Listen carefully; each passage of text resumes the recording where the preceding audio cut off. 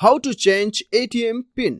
नमस्कार दोस्तों, स्वागत करता हूं आप सभी को टेकीराज यूट्यूब चैनल पर। आज के इस वीडियो में हम सीखेंगे कि कैसे आप इलाहाबाद बैंक या फिर किसी भी बैंक का एटीएम पिन को कैसे बदल सकते हैं। तो दोस्तों, जानने के लिए इस वीडियो को शुरू से लेकर अंत तक जरूर देखिएगा और यदि आपने हमारा चैनल को अभी तक सब्सक्राइब नहीं किया है तो चैनल को सब्सक्राइब करके उस बेल आइकन को जरूर दबाइएगा ताकि मेरे हर वीडियो का अपडेट आप तक पहुंचते रहे। तो दोस्तों, चलिए बिना देर के हुए शुरू करते हैं। तो दोस्तों, ये वीडियो पे मैं आपको बताऊंगा दो तरीके से आप अपना एटीएम पिन को चेंज कर सकते हैं। यानी कि एक केस ये होता है कि दोस्तों, आपको अपना एटीएम पिन जो है बहुत पुराना लग गया है और आप जो है नया एटीएम पिन जनरेट करना चाहते हैं, चेंज करवाना चाहते हैं। एक तो ये केस होता है और दूसरा केस होता है कि आप अपना एटीएम पिन भूल चुके हैं और आप रिकवर करना चाहते हैं। तो ये दो केस में भी आपको क्या करना है वो मैं आपको बताऊंगा। तो सबसे पहले तो हम जानते हैं कि यदि आप जो है अपना एटीएम पिन को चेंज करना चाहते हैं तो वो आप कैसे करते हैं।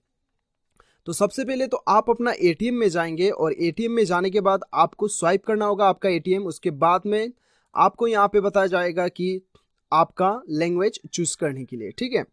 तो आपका लैंग्वेज जो भी है वो आप चूज कर लीजिए यहाँ से। उसके बाद में आपको अपना पासवर्ड भरना होगा, ठीक है। तो दोस्तों, ये पहला वाला जो है आपको पासवर्ड याद है और आप नया पासवर्ड बनवा रहे हैं, ठीक है। दूसरे स्टेप में हम बात करेंगे कि आप पासवर्ड भूल चुके हैं और रिकवर कैसे करना है। तो फिलहाल तो हम देखते हैं, आपको यहाँ पे अपना पासवर्ड जो आपको अभी फिलहाल आपका पासवर्ड है वो भरना है। उसके बाद में आपको एंटर पे दबाना है। उसके बाद आपको यहाँ पे सेलेक्ट करना है ट्रांजेक्शन टाइप। यहाँ पे पिन चेंज का ऑप्शन दिखाई दे रहा होगा आपको। जरूरी नहीं है कि यहीं पे दिखाई दे, यहाँ पे या फिर कहीं भी आपको दिखाई दे, पिन चेंज का ऑप्शन आपको क्लिक करना होगा, ठीक है। उसके बाद आपको यहाँ पे नया पिन आपको बनाना होगा। नया पिन आप जो भी बनवाना चाहते हो वो यहाँ पे भर दीजिए। उसके बाद फिर से वो पिन भरिएगा यहाँ पे। उसके बाद एंटर करने के साथ साथ आपका जो है पिन सक्सेसफुली चेंज हो जाएगा। तो दोस्तों, ये तो था आपको पासवर्ड याद ही था और दूसरा आप पासवर्ड बना रहे थे, ठीक है। पिन कोड याद था और नया पिन कोड आपने बना लिया।